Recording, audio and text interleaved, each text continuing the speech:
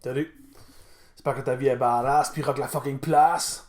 Aujourd'hui, je te parle d'un film que j'étais pas sûr de vouloir regarder. J'étais un petit peu réticent au départ juste parce que j'ai un espèce de préjugé envers les films modernes. Je suis plus le vieux film puis tout ça, je me dis des fois il faut en essayer puis j'étais curieux, tu sais, le poster je trouvais ça intéressant, mais tu sais je voyais la bande annonce puis j'ai fait maudit que ça a l'air mauvais. Puis je n'avais parlé à d'autres gens sur Facebook ou tu sais, dans les groupes quoi de même, puis beaucoup de monde disait que c'était pas incroyable. Bon, on avait parlé à mon frère, il m'avait dit qu'il avait trouvé ça moyen. Bon, tu sais, c'est comme. J'étais pas tant craqué de le voir, mais maintenant je l'ai vu dans une bin de films à 5$. J'ai fait, ah, gars, là, un moment donné, il faut ce qu'il faut, là, je vais l'acheter, on va voir ce que c'est. Donc, c'est le film Smile. Donc, sourire. Qu'est-ce que ça raconte? Probablement que beaucoup d'entre vous l'ont déjà vu. Moi, je l'ai écouté vraiment, comme je dis, vraiment récemment, puis ça a donné que j'ai vu qu'il y avait une bande-annonce pour le 2. Fait que j'ai fait, ah, pourquoi je pourrais peut-être parler de ça. Genre. Donc, le film raconte l'histoire d'une femme qui est une genre de psychologue. Il y a une autre femme qui s'appelle Laura. C'est drôle parce que je me souviens du personnage moins important, genre, le personnage principal, je me rappelle plus de son nom. Mais, c'est Rose. Rose, elle s'appelle, ouais, c'est ça. Donc, Rose, c'est la docteure, et Laura, c'est une patiente qui arrive, puis qu'elle explique que elle se croit maudite, puis qu'il y a une espèce d'entité qui la suit, puis que cette entité-là porte différents visages, mais que c'est tout le temps la même entité qui la poursuit et qui fait comme lui sourire et la rendre complètement folle. Et pendant qu'ils se parlent, dans le fond, Laura, la patiente, commence vraiment à être terrorisée, puis elle fait comme fucker, elle a la bouche à y ouvre, puis elle est comme. Puis après ça, elle fait comme se lever, puis là, elle se met à sourire. Puis elle regarde la psychologue, puis la psychologue est comme, ok, qu'est-ce qui se passe là? Et bon, Laura se suicide, se coupe la gorge en souriant. Et après, dans le fond, commence une espèce de est-ce que c'est une malédiction, est-ce que c'est de la maladie mentale, parce que la docteure commence à voir des choses également, donc des gens dans l'ombre qui lui sourient, elle commence à avoir de la misère à différencier la réalité du cauchemar ou des hallucinations. Donc, ça joue un peu avec le trauma le sentiment de culpabilité qu'on peut avoir quand on assiste à des événements en choc. On voit aussi que dans le passé de la docteure, il s'est passé quelque chose aussi. Donc, étant un peu déjà euh, traumatisé de certains éléments dans le passé qui refont surface à cause de ça. Donc, elle commence une enquête sur cette chose-là et bon, le film se déroule. C'est à peu près ça l'histoire. Le film, bon, met en vedette Susie Bacon, qui est en fait la fille de Kevin Bacon et Kira Sedgwick.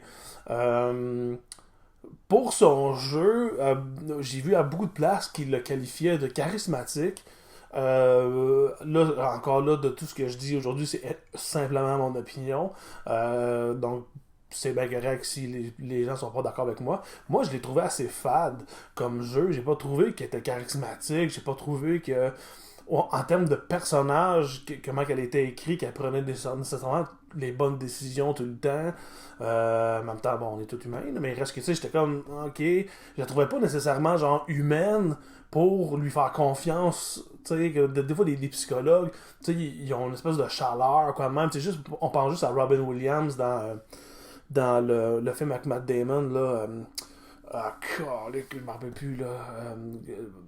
Avec c'est Gus Van Sant, je pense qu'il l'a réalisé. En tout cas, c'est le premier gros film de Matt Damon. Robin Williams, il est comme un psychologue, puis il y a comme de quoi de chaleureux envers lui. Elle, au contraire, est vraiment froide. Puis, au fur et à mesure qu'elle perd un peu le sens de la réalité, il y a des éléments, souvent, je me disais, ben, tu sais, c'est comme c'est facile. Tu dis telle chose, puis tu comme t'expliques un peu vraiment mieux les choses qu'elle elle explique des fois aux gens pour essayer de convaincre le monde que c'est vrai. Ben, tu sais, il y a souvent des solutions super simples à comment mieux le dire, mais tu sais, en même temps, c'est sûr que si on se place dans la vie de tous les jours, on n'a pas tout le temps les bons mots pour décrire ça. Mais en tout cas, ça me tiquait quand même. Fait que même si sa performance, je trouvais qu'elle était quand même correcte, j'ai pas trouvé qu'elle était comme incroyable et renversante dans le rôle. Le film est réalisé par Parker Finn. Je le connais pas du tout, mais en fait, j'ai vu que le film Sourire est adapté d'un court-métrage qu'il a fait qui s'appelait Laura Hasn't Slept. Et je pense qu'il est disponible sur le DVD ou le Blu-ray. Moi, j'ai été capable de le trouver quelque part. Mais parce que je n'ai même pas pensé à le regarder dessus, en fait. Mais le court-métrage était quand même vraiment cool. C'est d'ailleurs la fille, justement, Laura, c'est elle qu'on voit sur la pochette qui sourit. Puis c'est elle qui jouait dans le court-métrage. Fait qu'il a repris la même fille pour faire le même rôle, si on peut dire. Même si les deux mondes ne sont pas tout à fait pareil. Fait que la réalisation est quand même bonne. Elle est correcte.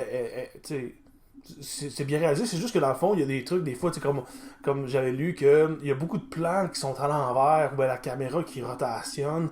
Puis ça, c'était comme pour faire montrer des fois le sourire, on sourit quand on est heureux, mais ça peut cacher des choses, ça peut être un masque à la réalité.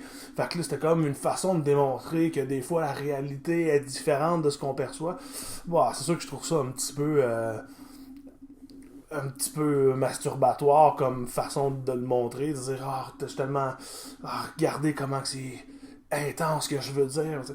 Bon, en tout cas, peut-être que c'est vraiment vraiment cool, là, mais ça rajoute pas grand chose au film non plus quand on le regarde, mais en général les techniques utilisées sont bien utilisées et sont assez bonnes. Le film dure 115 minutes, donc 2 heures, genre 2 heures moins 5 je peux dire. Non, 215. Ouais, c'est ça, 2 heures moins 5. Peut-être que je l'aurais coupé un peu, mais un gros défaut selon moi du film, c'est qu'il est vraiment très by the book, très en anglais c'est formulaïque, je sais pas comment le dire en français, mais ça suit vraiment la formule des films de ce genre-là. Fait que le film est très comparé à Le Cercle et également à It Follows. Puis c'est dur de pas être d'accord avec ces comparaisons-là. Parce que j'essaie de pas trop comparer les films, mais là, c'est comme dur de pas les comparer, vu que c'est comme vraiment le même. C'est vraiment dans le même registre. On a vraiment le côté que l'entité suit le personnage, le traque tout le temps sans répit, que c'est juste la personne qui le voit. Puis l'espèce de métaphore artistique de l'entité représente la peur ou représente les traumas qui nous suivent, et versus le cercle où le film est vraiment construit comme une espèce d'enquête où t'as comme des jumpscares dans le film, puis t'as comme des longs moments où d'enquête, où dire ok, qu'est-ce qui s'est passé, puis fait que c'est vraiment un match-up des deux, ce qui est quand même efficace, mais tu sais, il y a absolument rien d'original. Tu vois tout venir. Fait que, tu sais, justement, t'as pas de moment où tu fais comme oh, ça a été surprenant. Ah, il y en a un, je peux te dire, où ce que, par rapport au chat, il y a un chat dans le film, puis ce qui se passe avec le chat, j'avoue que je l'avais pas vu venir, puis j'avais fait ok, c'est intéressant. Alors, j'ai trouvé que c'était une bonne affaire. Mais c'est ça. Mis à part, mettons, je dirais 2 ou 3 moments que j'ai trouvé le fun ou intéressant, le film en tant que tel, tu sais, suitement la formule, tu sais, que tu regardes le film un peu sans émotion. Fait que, ça veut pas dire que le film est mauvais, mais en même temps, justement, vu qu'il n'y a rien d'original, c'est pas un film que je trouve mémorable, personnellement. Euh, je pourrais dire également que les jumpscares sont pas tout à fait efficaces. En tout cas, moi, c'est peut-être que aussi, quand on écoute beaucoup de films, à un moment donné, ça devient très dur de nous surprendre. Fait que, mais en même temps, Hollywood a tellement une façon d'amener les jumpscares que tu sais qu'il va en avoir un. Tu sais, la façon que c'est cadré, la façon que le personnage avance lentement avec la musique qui arrive, plus la caméra tourne, plus il y a de quoi qui pop. Ben, tu sais, c'est un truc qu'on a tellement vu que, dans le fond, on sait ce qui s'en vient, alors que d'avoir pris peut-être plus d'attention à l'atmosphère, parce qu'en tant que tel, l'entité est vraiment intéressante, le concept est vraiment intéressant aussi, mais à place d'explorer ça un petit peu plus profondément, ben tu sais, justement, ils font beaucoup de place à la recherche de qu'est-ce qui se passe, c'est quoi l'entité, puis à l'espèce de métaphore de la maladie mentale, mais en même temps, j'ai l'impression qu'ils vont pas assez loin non plus dans cette étude-là de la maladie mentale. Fait que tout est comme un peu fait, tu sais, juste un petit peu, pas assez profond, pas assez. Tu sais, les jumpscares sont pas assez épeurants pour vraiment nous faire peur, mais j'ai l'impression que les situations dramatiques sont pas encore assez émotionnelles ou assez fortes pour venir nous chercher. Tu sais, l'enquête, tu sais, est pas assez. Entertainant, divertissante, puis assez genre curieuse pour vraiment dire c'est quoi exactement. Tout est un peu fait dans les normes, mais également en surface, ce qui fait que on n'est jamais surpris, puis on voit tout venir un petit peu. Encore là, je dis pas que c'est un mauvais film, parce que j'ai aimé quand même les 2 heures à l'écouter. J'ai pas regardé ma montre ou le film est quand même efficace pour ce qui est, mais ce qui est dommage, c'est que quand tu vois, ou quand du moins tu imagines tout le potentiel qui aurait pu être, c'est encore c'est encore mieux. Peut-être que le 2 justement va aller plus loin. Par contre, j'ai regardé la bande-annonce. Puis c'est sûr, c'est dur à dire, c'est dur de juger un film par une bande-annonce, mais de ce qu'il nous montre, ça a l'air un peu réchauffé de ce qu'on a vu dans 1. C'est juste que là, c'est comme une star de la chanson, puis tu sais, c'est comme. Il a l'air d'avoir plus de monde dans la curse, mais j'ai hâte de voir qu'est-ce qu'ils vont faire avec l'entité, qu'est-ce qu'ils vont approfondir. Un truc également que je trouvais intéressant de mentionner, c'est que le réalisateur a décidé lorsque les gens sourient, que ce soit leur vrai sourire. Le studio avait proposé une espèce de tweak par ordinateur ou quoi de même pour accentuer le sourire, qui soit un petit peu plus freakos, pas naturel, alors que le réalisateur, lui, voulait vraiment que ce soit naturel, puis que ce soit l'acteur un peu qui amène la weirditude du visage souriant. Puis le réalisateur s'est battu, puis il a gagné. Puis ça, c'est sûr que je peux respecter ça, je trouve ça vraiment cool. Le gars avait clairement une vision, puis il a vraiment respecté sa propre vision. Fait que chapeau à ce gars-là. Par contre, moi personnellement, j'ai pas trouvé ça dérangeant du tout. J'ai pas trouvé que les sourires que le monde faisait m'effrayaient ou me mettaient mal à l'aise ou faisaient comme c'est bien weird ça. On dirait que comme ça arrive souvent dans les films d'horreur que les gens sourient. Puis c'est comme, je sais pas, je trouve que l'idée de quelqu'un qui nous sourit de façon non naturelle est comme intéressante, mais c'est très rare que je trouve que c'est efficace. Il y avait un film aussi, un court-métrage que je trouve quand même intéressant qui s'appelle The Smiling Man, que vous pouvez aller voir sur YouTube. Puis c'est un peu le même concept, un gars qui marche en termes de sourire, là. C'est un gars qui marche dans la rue la nuit, puis qui voit quelqu'un se promener, puis qui marche bizarre, puis on voit qu'il sourit. Mais encore là, le sourire, c'est juste. Mais je sais pas, ça m'atteint pas. Fait que le sourire de cette fille-là, au début, que je me souviens pas de son nom d'actrice, mais j'ai trouvé que lui était quand même efficace. Le sourire était quand même freak. Mais je me disais, peut-être que j'aurais opté pour le tweak CGI. Puis c'est moi qui dis ça, puis ça me surprend vraiment en gros parce que normalement, j'aime les trucs faits sur set. Mais là, il manquait quelque chose au sourire pour vraiment trouver ça creepy. À la limite, tu sais, j'aurais peut-être opté pour prendre des gens qui ont définitivement un sourire un peu weird. Tu sais, mettons, si on prend l'exemple de. Comment il s'appelle lui? Tim Curry. Ce gars-là, il a un sourire naturellement weird. Puis, c'est pas son désavantage, je dis pas ça pour insulter le gars, j'adore Tim Curry. Mais reste que son sourire est vraiment particulier. Puis peut-être que j'aurais opté pour engager des acteurs tu sais, qui ont un sourire un peu étrange. Comme ça aurait peut-être avoir eu plus d'impact. Parce que juste quelqu'un qui se tient là, ça a comme zéro impact sur l'effrayance, si je peux dire. Euh, Qu'est-ce que je peux dire d'autre? Ouais, ben, je trouve que la fin, encore une fois, est un petit. Tu sais, c'est comme ça n'a rien de punché nécessairement. On voit ça venir un peu, comment que ça se termine. Puis c'est dommage un peu parce que ça aurait pu finir un petit peu plus pognant ou je sais pas. Parce qu'il y a comme deux fins. T'as comme une fin au départ qui arrive que tu penses que c'est ça. Finalement, c'est comme une hallucination ou whatever. Puis ça finit autrement.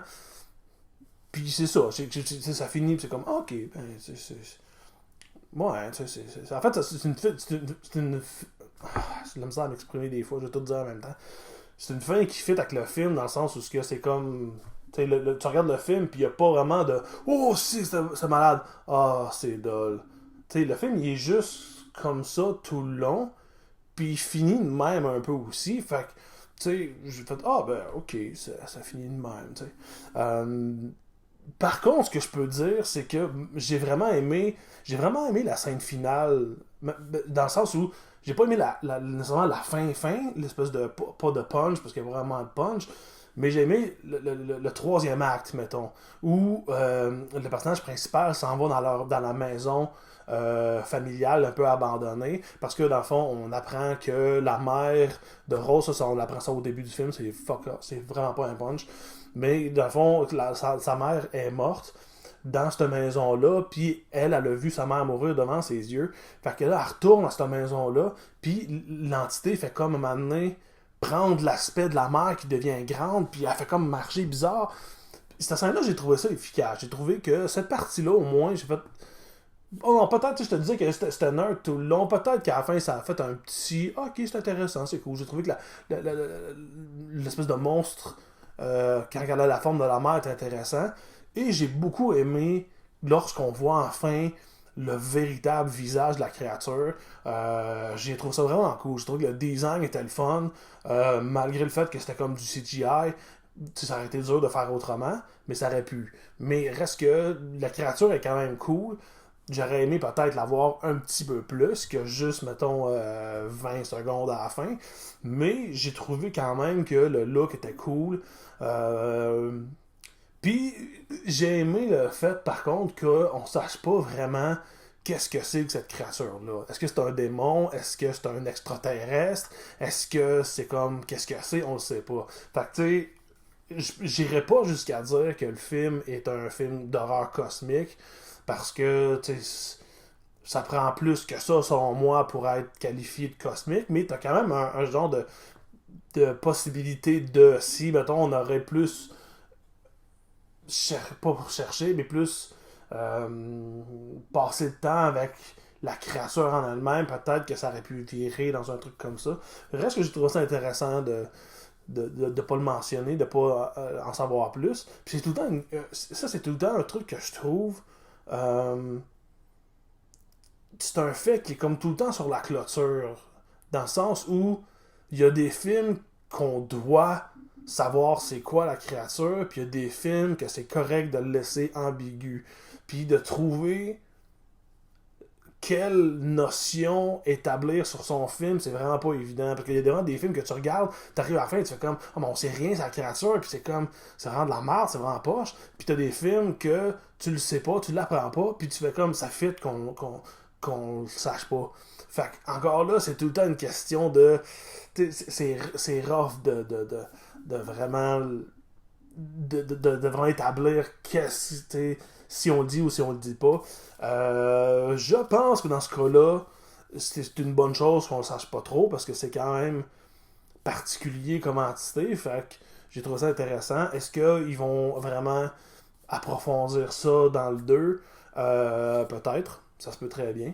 Je pense que le 2, c'est pas un film que je vais me garrocher pour aller voir.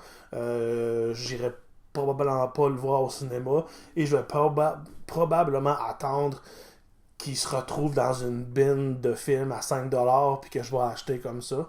Parce que je suis quand même curieux de voir ce qui s'ensuit. Mais voilà, c'est à peu près mon idée de sourire. Si jamais ça tente de me dire qu'est-ce que toi t'en as pensé, go for it. Je vais adorer lire différentes opinions, c'est intéressant. Fait que, ben, sur ces bonnes paroles, je te dis rock and roll.